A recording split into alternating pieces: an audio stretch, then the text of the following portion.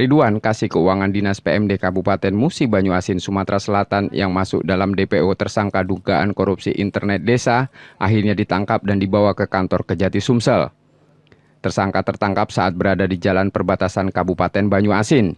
Asisten Pidana Khusus Kejati Sumatera Selatan menerangkan, Ridwan diduga menerima uang 7 miliar rupiah dari pembuatan dan pengelolaan jaringan atau instalasi komunikasi dan informasi desa Kabupaten Muba tahun 2019-2023 yang dalam perhitungan merugikan negara tak kurang dari 27 miliar rupiah.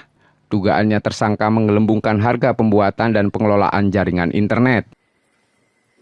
Peran daripada Pak Ridwan ini merupakan kasih keuangan di PMD Kabupaten Musi Banyuasin.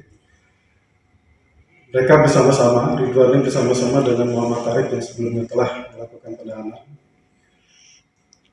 memarkup, jadi menggelembungkan harga terkait pembuatan dan pengelolaan jaringan jaringan komunikasi di Dinas PMD Kabupaten Musi Banyuasin.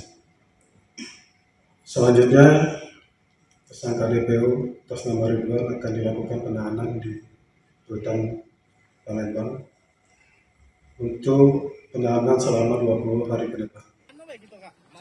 Kuasa hukum tersangka menjelaskan selama ini kliennya belajar agama dari masjid ke masjid tanpa membawa alat komunikasi hingga sulit dihubungi. Dan membantah kliennya menerima aliran dana sebesar 7 miliar rupiah tersebut. Akan kami buka apa adanya, seperti apa, dan kami akan mempertimbangkan untuk memohon permohonan justice kolaborator untuk mengungkap pelaku kejahatan, karena tim kami ini pada peran saat itu sebagai tenaga pengajar di desa-desa untuk pengetahuan tentang aplikasi penggunaan jaringan internet. Sebatas itu, dan menerima honorarium yang secara resmi diberikan oleh desa-desa di tempat dia mengajar. Kini tersangka ditahan di Kejaksaan Tinggi Sumatera Selatan untuk 20 hari ke depan. Yudi Kiswanto, Kompas TV Palembang, Sumatera Selatan.